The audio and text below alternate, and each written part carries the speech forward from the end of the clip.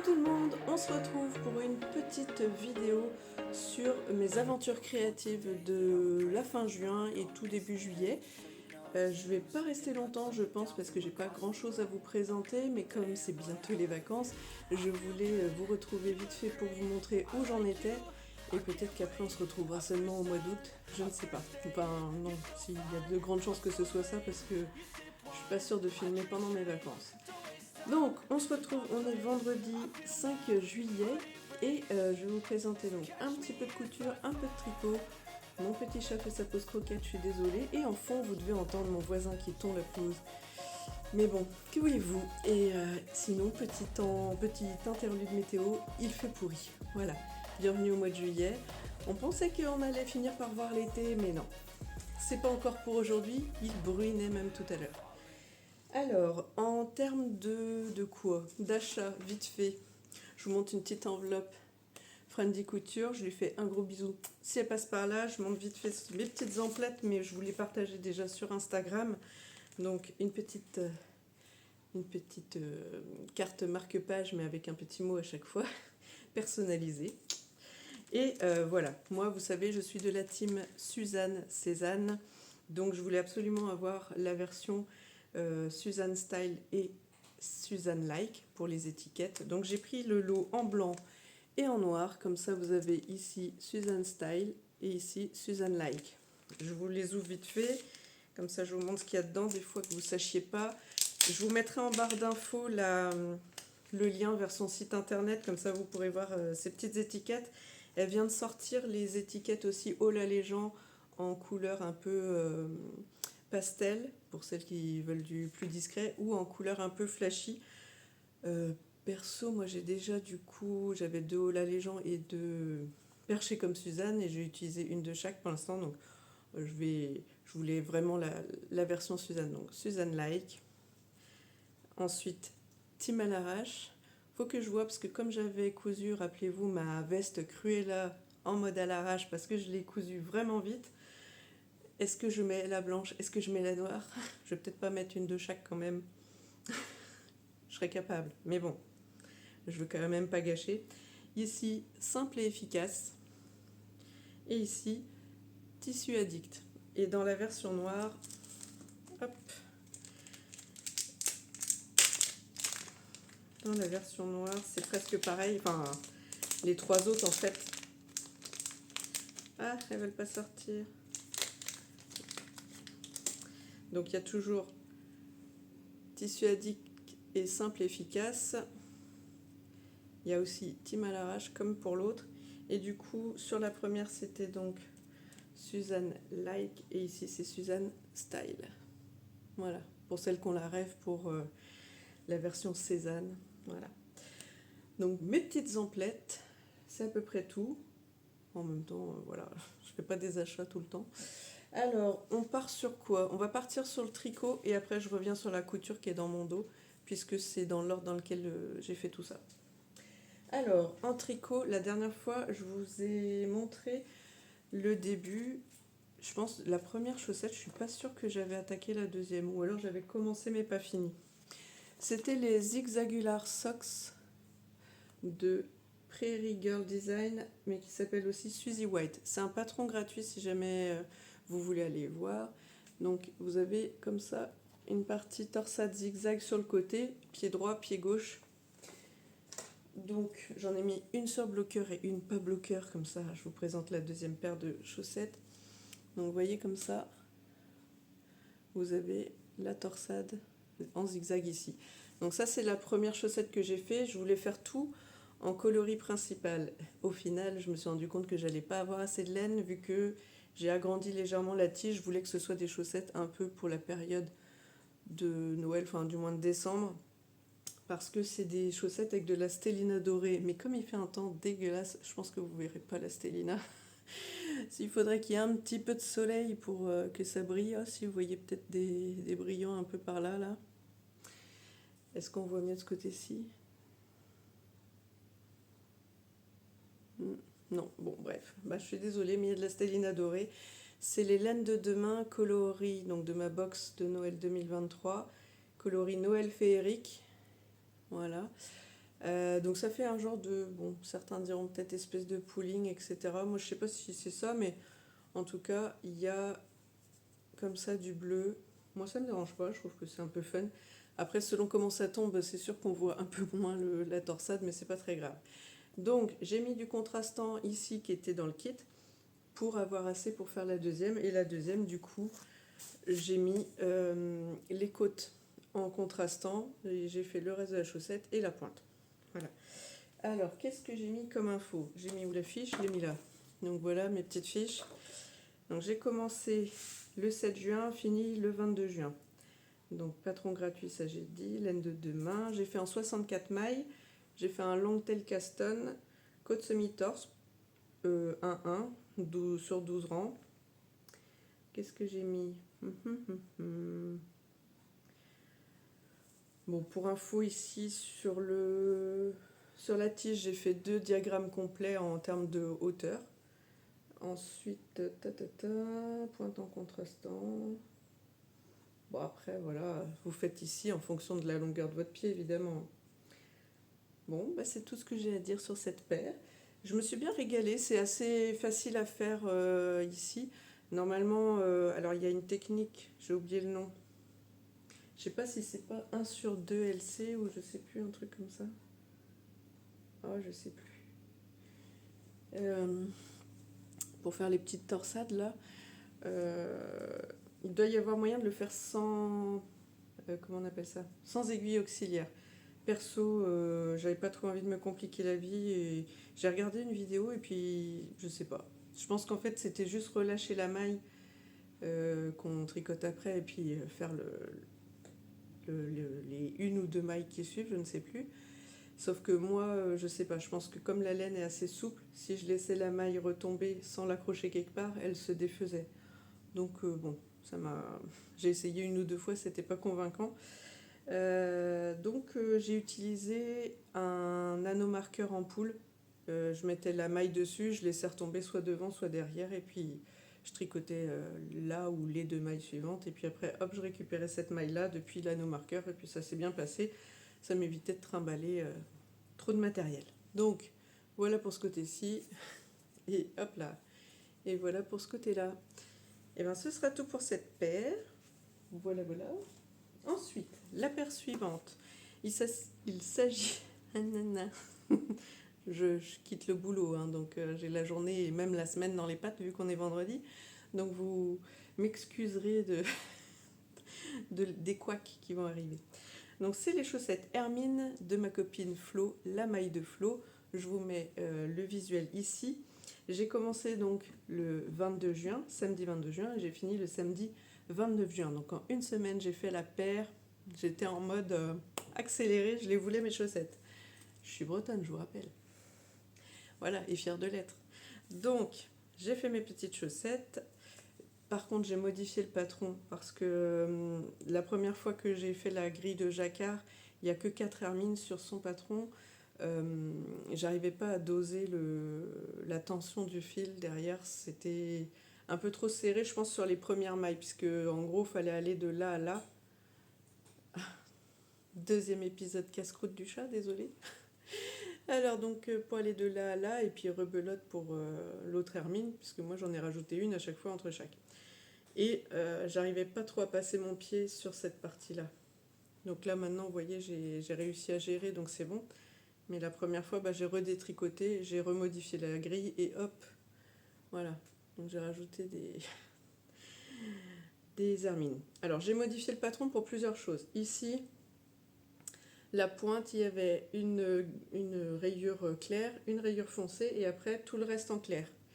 Bah, moi je me suis dit que comme sur le drapeau normalement, puisque c'est un rappel du drapeau breton pour celles qui ne connaissent pas, j'ai remis les 4 rayures claires, blanches normalement sur le drapeau, je les ai mises là.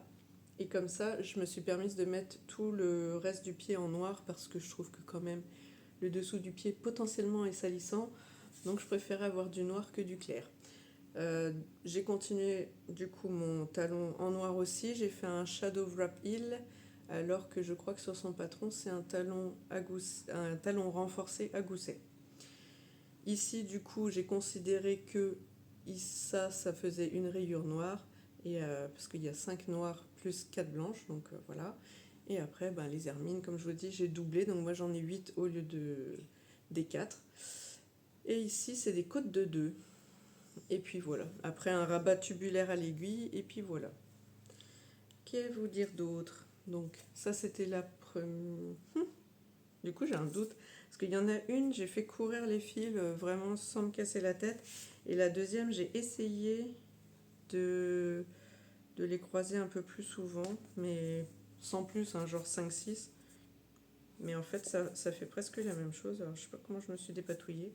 Bon, bah, je sais pas laquelle est la première et laquelle est la deuxième, on s'en fiche un peu. Donc, sans bloqueur, ça donne ça.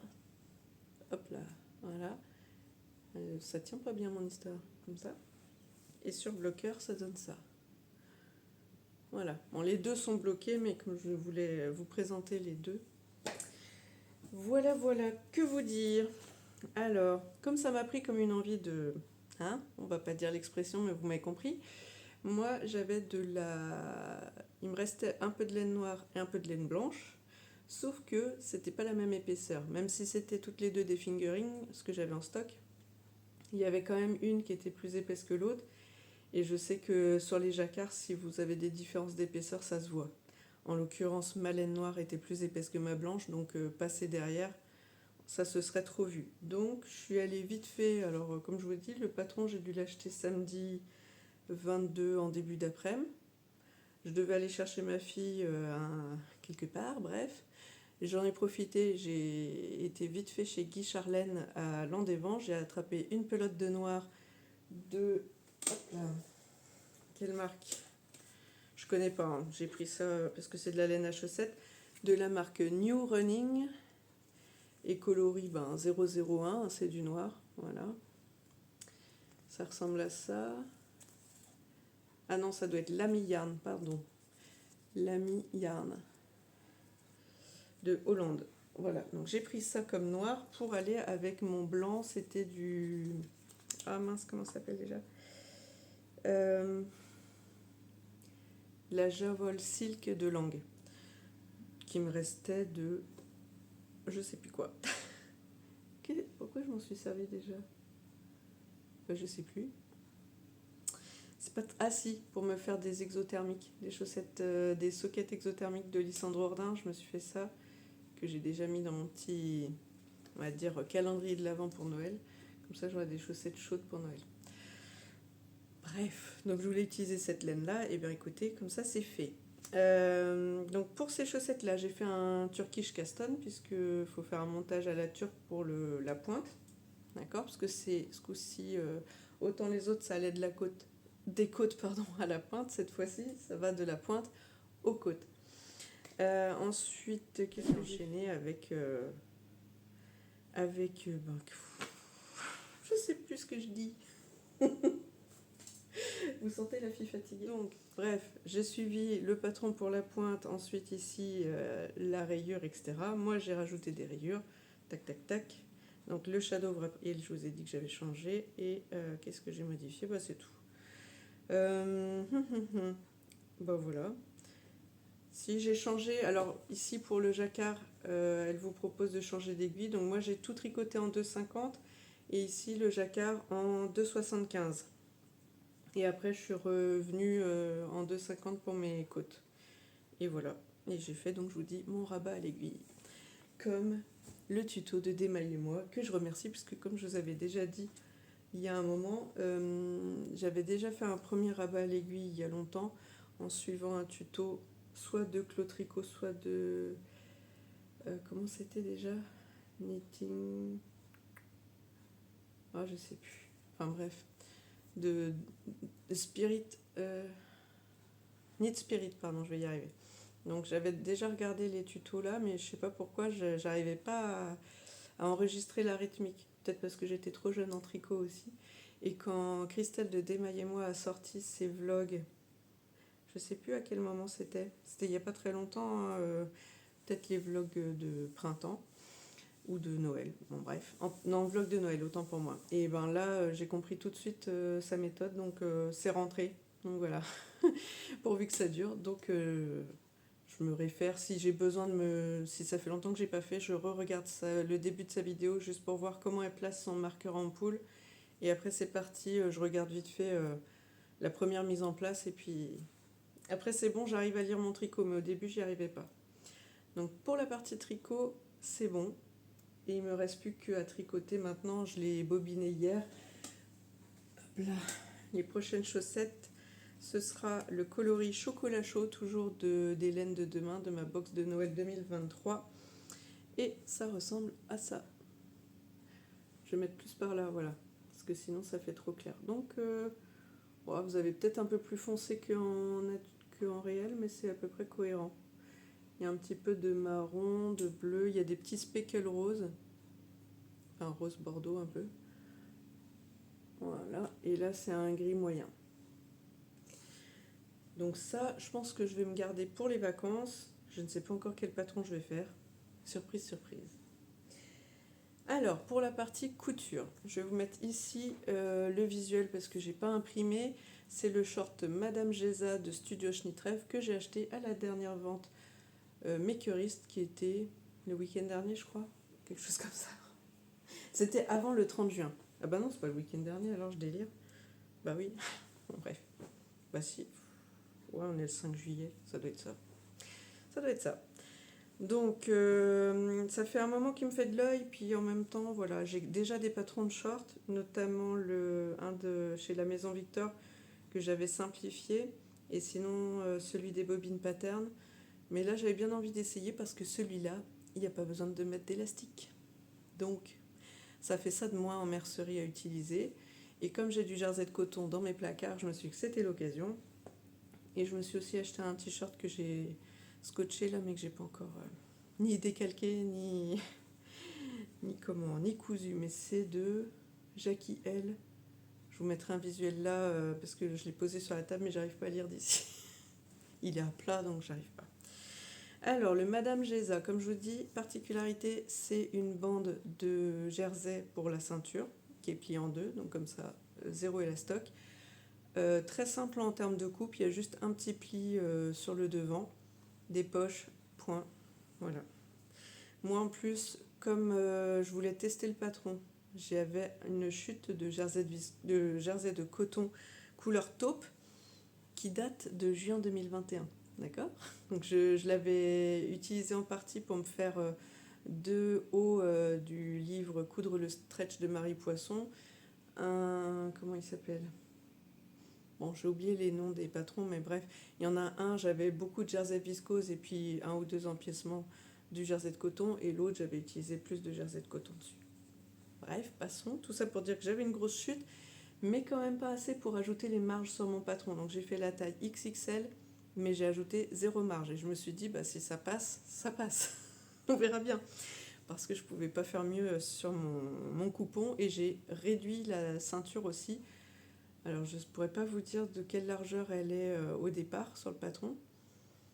Mais moi, je l'ai réduit à 15 cm max, puisque c'est la largeur, je ne l'ai pas là, mais vous savez, les règles patchwork, là, elles font 15 cm de haut. Donc, moi, j'avais que ça pour passer sur mon tissu, ça tombait bien. Donc, on va dire qu'avec les marges de couture, peut-être qu'elle fait 20 par rapport au patron, quoi. Donc, voilà ce que ça donne en version taupe. Alors, vous voyez ici, hop, les tout petits plis, les poches. Et donc en bas, j'ai fait une double piqûre. Ça fait genre, vous l'avez fait à l'aiguille double, mais c'est pas à l'aiguille double. C'est à l'aiguille simple et juste j'ai passé 2 fois. J'ai fait en fil contrastant rose pâle, je sais pas si vous voyez. Parce que comme j'avais pas de taupe, bah écoutez, je me suis dit que allons-y gaiement autant que ça se voit. Et j'ai pareil fait ici une surpiqûre à l'entrée des poches. Alors, bah écoutez, je rentre dedans sans rajouter les marges. Eh ben profitons-en, ça fait ça de moins à faire. Sachant que normalement en marge d'ourlet c'est pareil, on rajoute normalement 3, enfin en gros 1 cm partout et vous rajoutez 3 pour l'ourlet. Et ben là j'ai rien rajouté et j'ai fait un repli de 2 cm. Alors évidemment ça fait un short un peu court, je pourrais avoir un peu plus long. Mais des fois, il faut faire attention. Quand on est forte, des fois, le trop long, ça fait Bermuda. C'est pas toujours très heureux. Donc là, c'est pas hyper court, c'est juste un short court, quoi. Mais c'est pas, voilà, c'est pas choquant, c'est ni trop long ni trop court. Donc pour moi, c'est parfait. Comme je vais en vacances dans le sud, je vais pouvoir bronzer des jambes.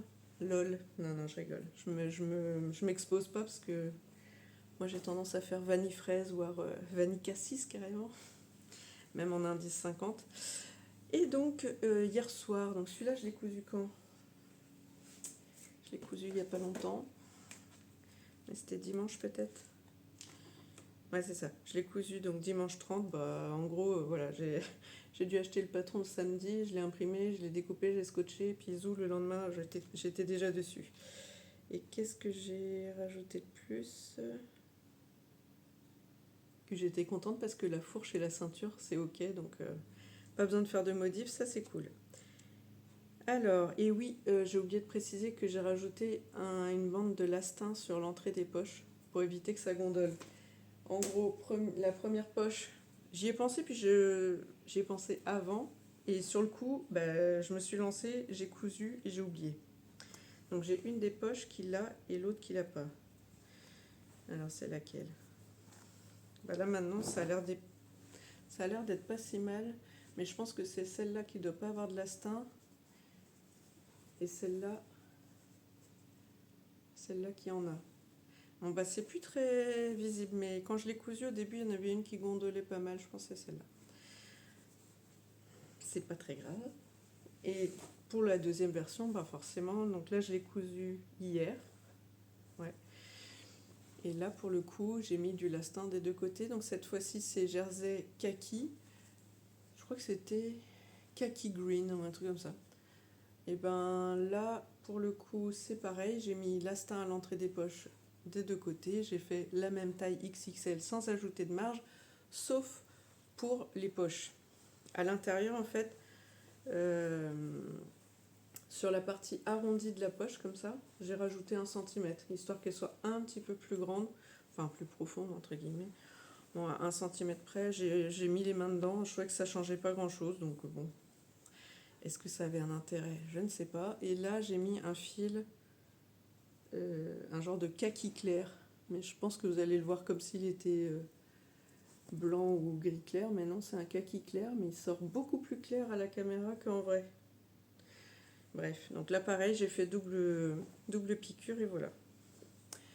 Donc vraiment très très simple. Je suis pas sûre que j'aurai le temps de faire des photos qui soient dignes de ce nom, parce qu'il fait un temps, je vous dis, affreux, il pleut. Enfin, il pluviote, c'est pas la joie, et puis la luminosité est caca. Enfin bon, là vous voyez un short tout simple.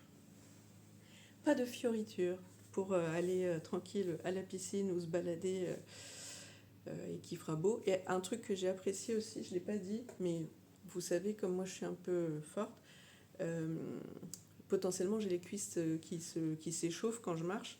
Ce qui est bien, c'est que là c'est suffisamment proche du corps pour qu'il n'y ait pas de flottement et que la fourche n'est pas trop basse pour pas que les cuisses se frottent au-dessus de la fourche, quoi. Vous voyez ce que je veux dire? Donc ça se positionne bien, franchement, j'ai rien à redire. Donc je valide. Bah écoutez, ce sera une petite vidéo de même pas une demi-heure finalement, je suis pas si pipelette que ça. Donc je vais m'arrêter là, je vais faire le montage et puis je vous proposerai la vidéo peut-être pour demain ou après-demain. Voilà, je vous fais un bisou et puis moi je vais finir mon café. À bientôt, ciao.